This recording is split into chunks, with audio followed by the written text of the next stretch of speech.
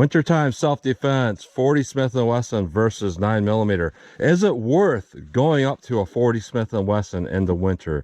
And this is a test with Dan the Wolfman. He sent a bunch of different rounds to test, and I'm going to pick some of the rounds he sent and do a test between 40 Smith & Wesson and 9mm in a heavy winter clothing barrier test.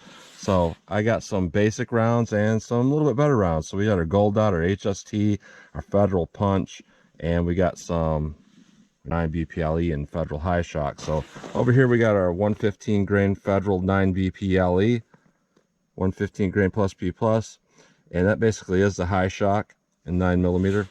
And I'm going to compare that to the 40 Smith & Wesson High Shock that he sent. And he sent over some 40 caliber Federal Punch, a 165 grain. I'm going to compare that to the 9mm Punch, 124 grain. Then we got some HST. I got some 165 grain 40 caliber and some 124 grain 9mm. And the Gold Dot, I believe he sent a 165 grain. I believe we'll find out when I chronograph that, because I'm going to send these over the chronograph. So I believe that's a 165 grain 40 and then a 124 grain plus P for our 9mm. I'm going to use my 5-inch M&P pistols, essentially identical pistols. So what I'm going to do is I'm going to go over the chronograph into my gel test, and this is my heavy winter clothing test here. It's a little bit different than what I normally do. So I got like 6 layers of sweatshirt and then 2 layers of snow pants on the front there. Then I got 3 inches of clear ballistics to represent hitting a pectoral muscle, followed by a 1/4 inch medium density 5 board to represent hitting ribs or sternum, 16 more inches of clear ballistics, and another 1/4 inch medium density 5 board at the back. Then I got another 3-inch piece here, and then after that I got like 2 layers of sweatshirt and 3 layers of snow pant material there. A lot of people say, well, nobody wears that. Well, Dan and I are both from Michigan, and I assure you, we wear stuff like that. I mean, what I'm wearing today is like that. I got, I got a layer of bib snow pants on. So underneath that, I got like sweatpants, and then I got a sweatshirt, and then I got a shirt, and then I got the bib snow pants, and then I have the parka on top of that. And in addition to that, a lot of people put a lot of stuff in their pockets. So, you might put a glove in the pocket or whatever. So to say that this isn't realistic, I have issue with that. That is very realistic. So we'll see if 9mm has a problem, going in here, going very deep after going through all that winter clothing. We'll see if in the winter time, if the 40 Smith & Wesson provides any advantage. So let's get started with this test. All right, so I'm going to go right down the line with these. First up, our 9 BPLE. This is actually my personal home defense load in this particular pistol. I choose that specifically so that it'll break up in exterior walls, maybe a little bit better than other rounds. But let's see how our 9mm 9 BPLE does. Winter clothing test. 1325 feet per second.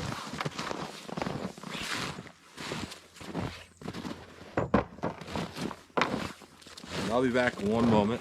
All right, I had to move everything because my ammo started to roll. So now we got our Federal High Shock, and this is a 180 grain. So let's see how this does. 1,004 feet per second. Let's go take a look at that.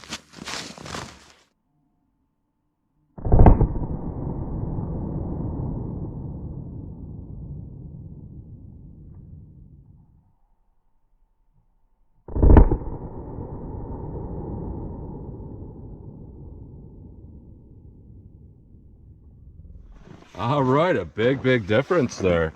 And I'm going to pull these bullets out in the field and show them rather than take them home and measure them like I normally do. So I'll do some measurements out here in the field, which is a little different than what I normally do. But what we got going on here is a big difference there. Our 9mm only went to 11¼ inches. Now, to be honest, I don't think that's a whole lot different than what's just like 4 layers of denim. But our 40 Smith & Wesson actually did a lot better, and we went to right to 19 inches, hit that back rib simulation with that 40 Smith & Wesson. So yeah, we got quite a bit more penetration with that 40 Smith & Wesson, which you might want to have, in the wintertime against someone padded kind of like me. So let's try a different round. All right, we got our Federal Punch 124 grain for the 9mm and 165 grain for the 40 caliber. Let's see how our 9mm punch does. 1182 feet per second. All right. Our punch 40. 1067 feet per second. Let's go take a look.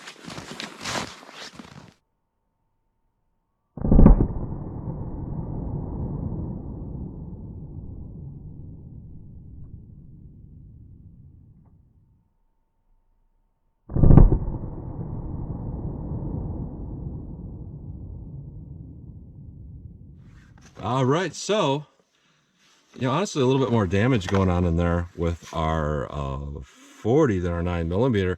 There's a little bit of an advantage, but not a massive advantage there. What we got going on here is good damage with our 9mm, and we're looking at 16¼ inches. Our 40 caliber, we're looking at about 17½ inches. So that punch is actually a good round of ammo. So let's pull this block off. We'll put a new block up there, and then we'll hit it with some more rounds. And if you're wondering about the MDF here, all of them did pretty well. Our 9BPLE, our high shock, and then our Federal Punch 9, Federal Punch 40 caliber. So all of them had some good energy dump going through that, to be honest. So not bad performance overall. It does look like the Punch 40 caliber did beat them all though. So now we're gonna move on to my favorite ammo, the HST. This is a 124 grain plus P 9mm.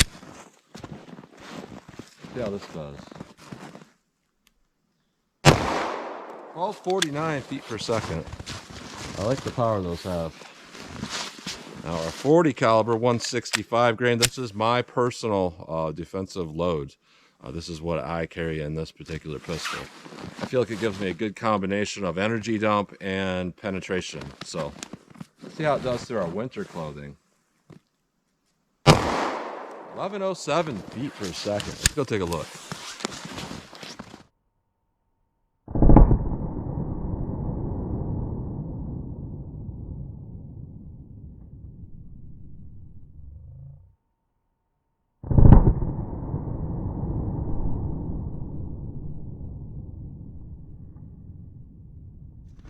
All right, so those just do fantastic in general.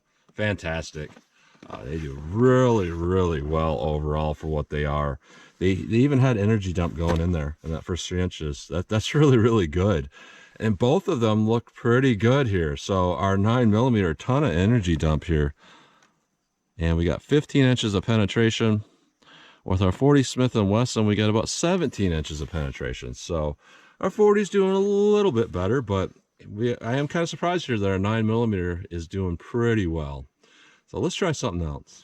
All right, we got our Gold Dot. This is a 124 grain plus P 9mm. See how this does. 1267 feet per second. That's got a lot of power. Our 40 caliber 165 grain. See how this does. 995. That's probably a 180 grain then. Yeah, I wasn't sure, but based on that velocity, that is definitely a 180 grain. So let's go take a look.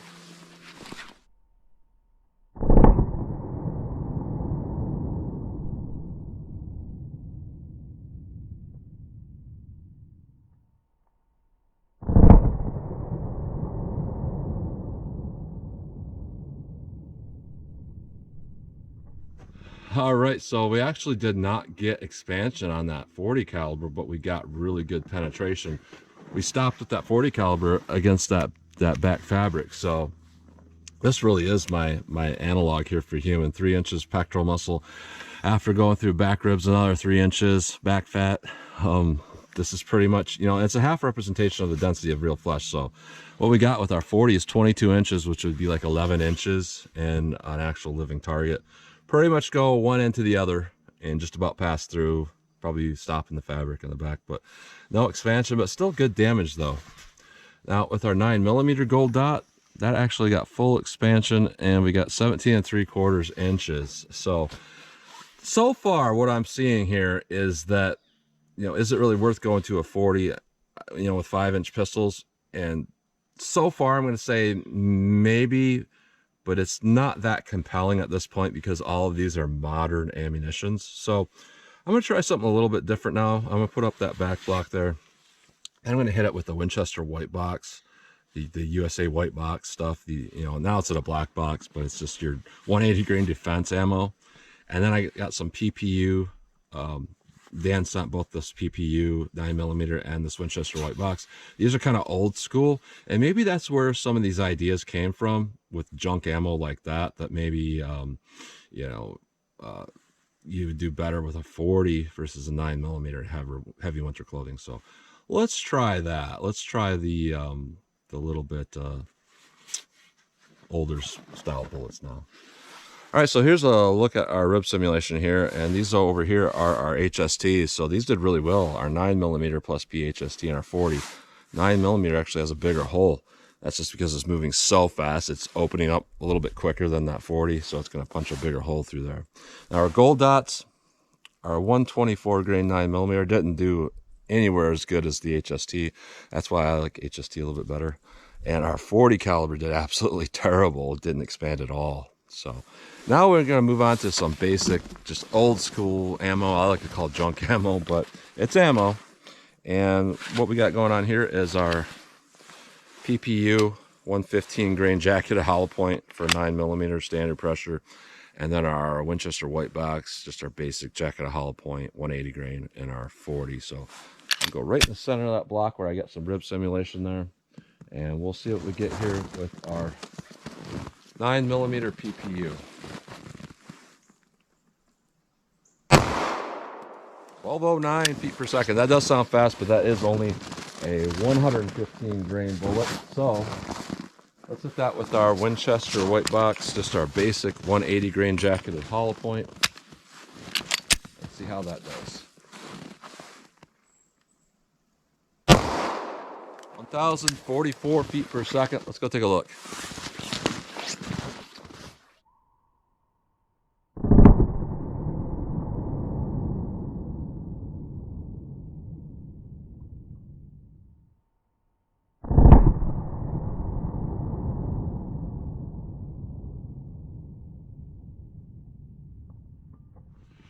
Yeah, and that punched right through to the back, through the back rib simulation here.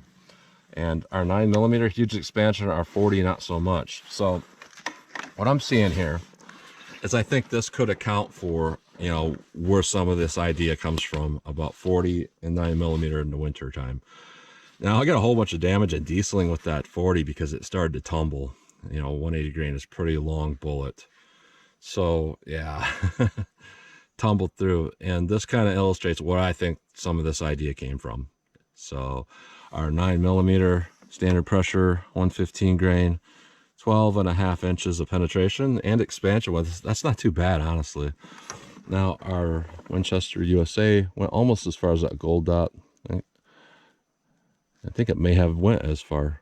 It just looks different here. 22 inches of penetration with our Winchester white box. So looking at this, it's one of those things. I hate to be this guy because I really like the 40 Smith & Wesson, and I'm not going to change because I think it still does provide some advantages over the 9mm. There's a lot of things you can't necessarily measure by doing gel tests, and you have to look at like some of the old school, stopping power numbers and some of the Greg Elefritz numbers, and you'll see a little bit of a difference with 40, where it does stop threats a little bit better generally. So I'm not going to change because of that.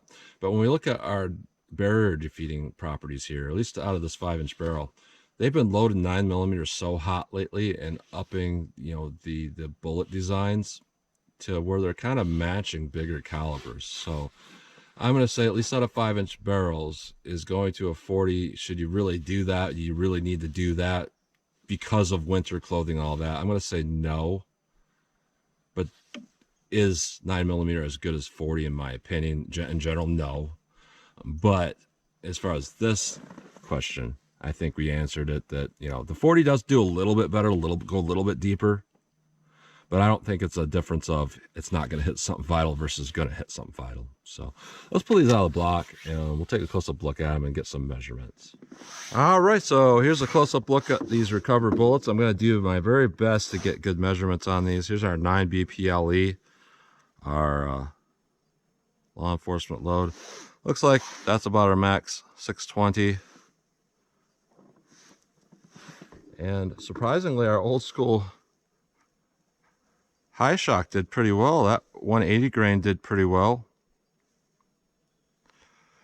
Maximum diameter seems to be about 0.566.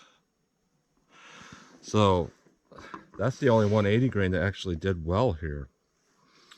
Next up, what we tested was our punch. Here's our 9mm.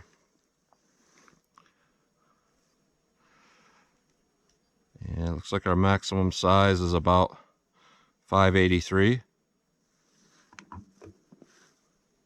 And our punch 40 is about 5.5. So not quite as big as that punch. Now our gold dot here,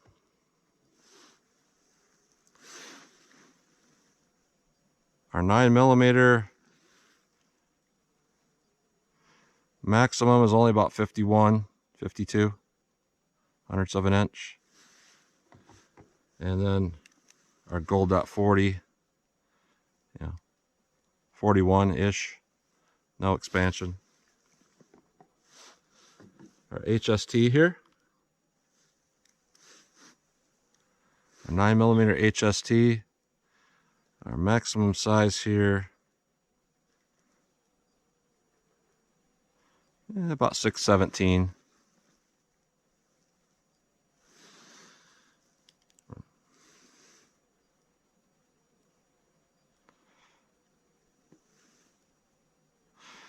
And then our 40 caliber HST, not quite as consistent across pedals, but bigger, about 710, 71. So that's why I really like the HST over that gold dot. For years, I've shown that, you know, even with you compare the 9mm, way better with the HST than the gold dot. Now this is the surprising one, our PPU 115 grain. I can't believe it actually expanded through that. I thought it was just a garbage hollow point.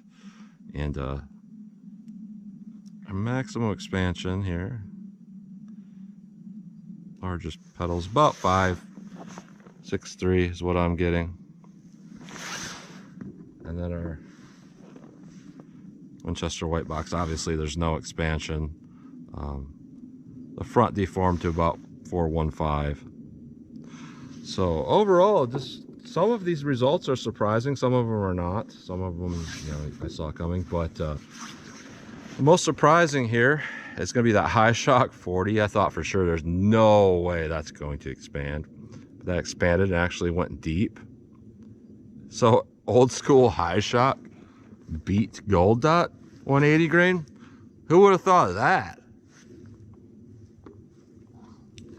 And I knew the HST was going to do good. I knew the punch was going to do good.